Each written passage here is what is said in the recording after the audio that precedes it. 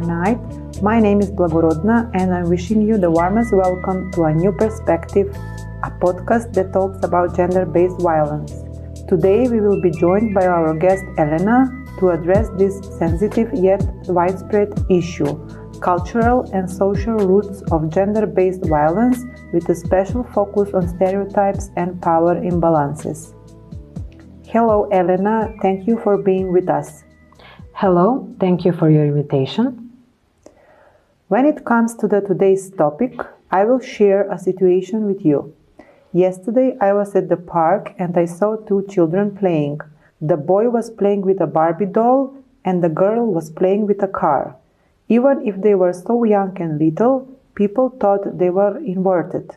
So, my question is, do you perceive this situation like a stereotype? I absolutely perceive this situation as being driven by a stereotype. And here is why. The stereotype at play is the idea of strict gender roles. Specifically that toys are gendered. Dolls, like Barbies, are for girls, while cars and trucks are for boys.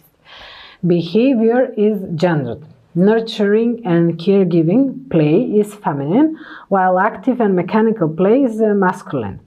In the situation you described, the children were simply playing with the toys they enjoyed.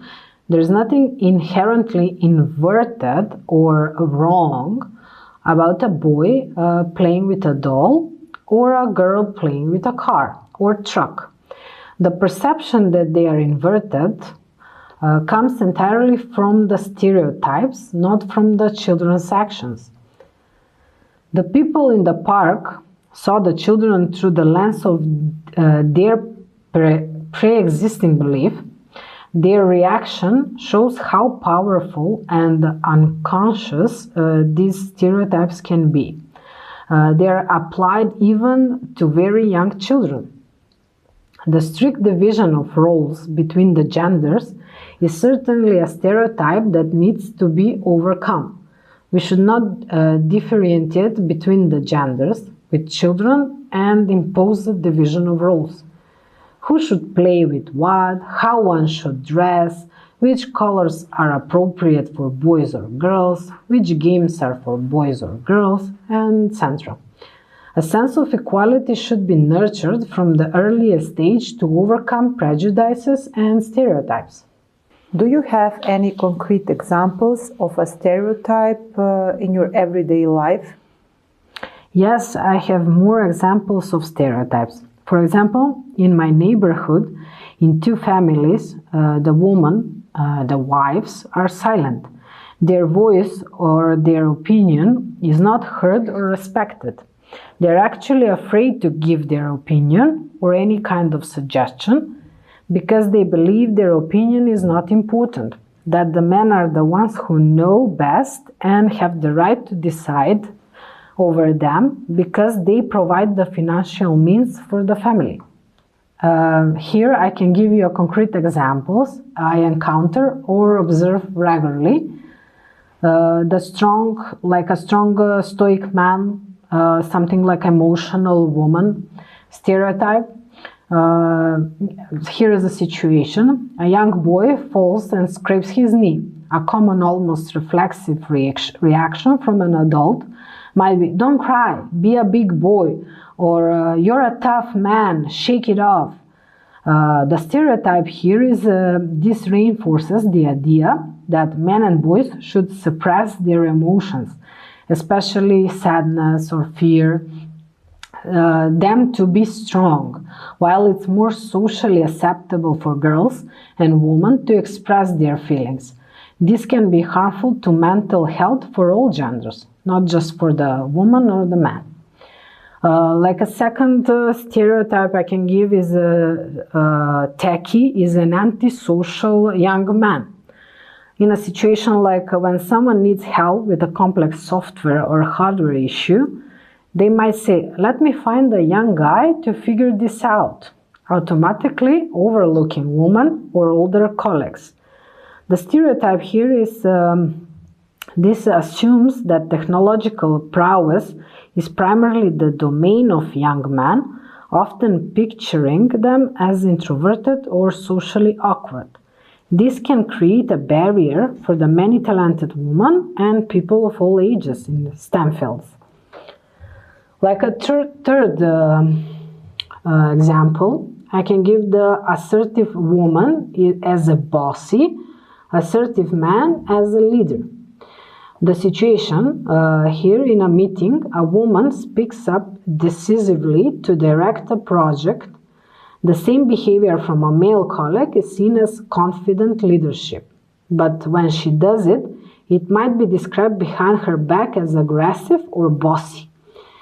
This stereotype here is that the double standard penalizes women for demonstrating the very leadership qualities that are praised in men, creating a significant hurdle in the workplace.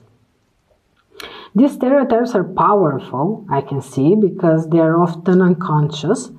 The first step to countering them is to recognize them when they appear in our own thoughts or in the world around us.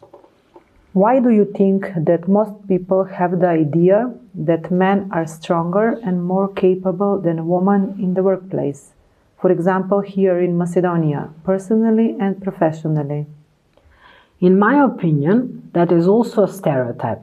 Personally, I believe that women are not only equal to men, but are also emotionally stronger than them in certain situations. I think that men might be physically stronger than women in certain professions, where physical strength is applied. However, considering that technology is advancing, and thus there is no need for physical strength, I believe that any job can be done equally by women. It is hard to break old habits. For a very long time, society had strict rules. Men worked in public jobs, while women managed the home. Even though this has changed, the old-fashioned idea that men fit in leadership, and though jobs still lingers in people's minds. What we can see and what we can believe.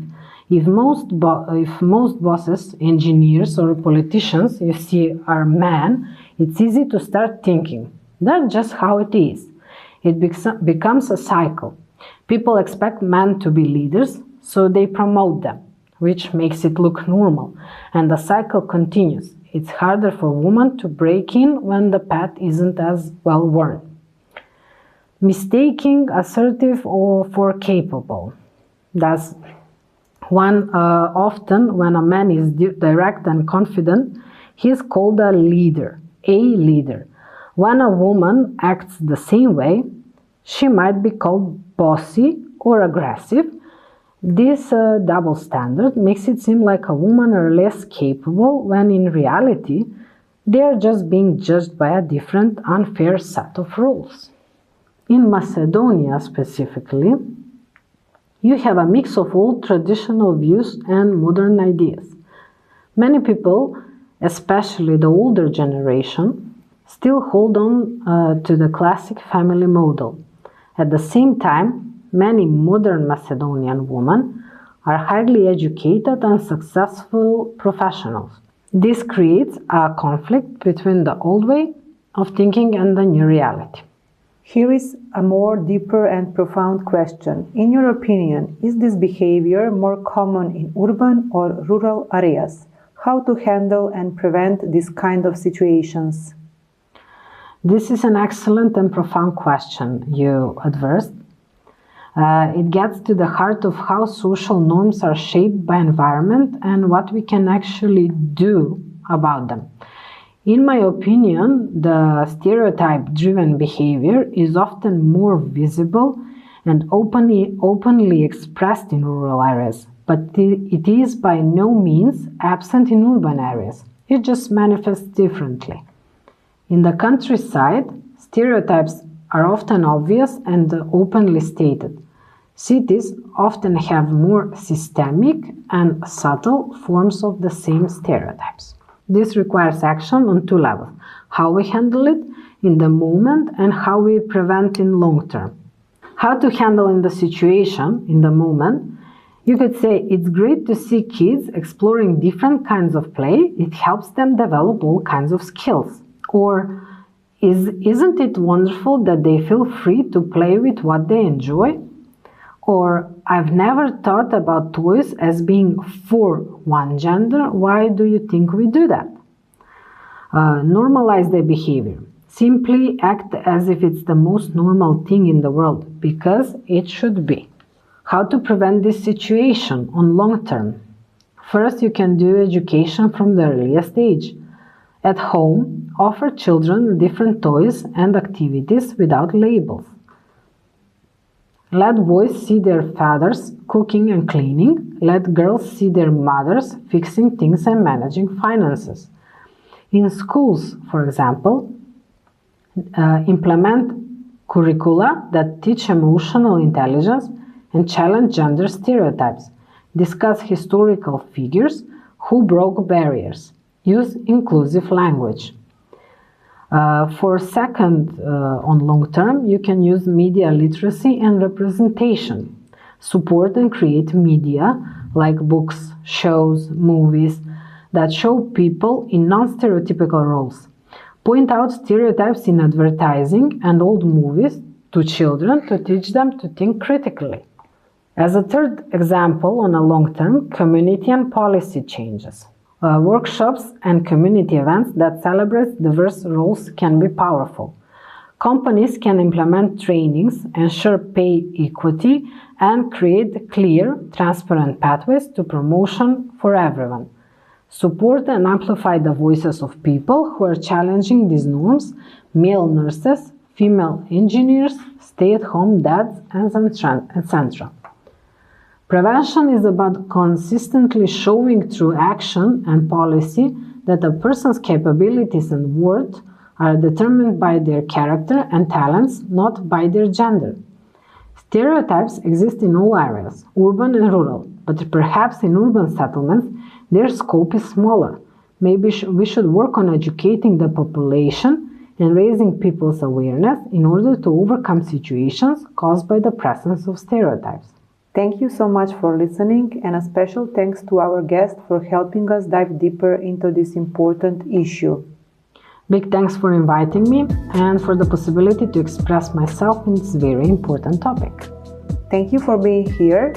Now, in our next episode, we will dive deeper in the topic intimate partner violence, dynamics, and warning signs.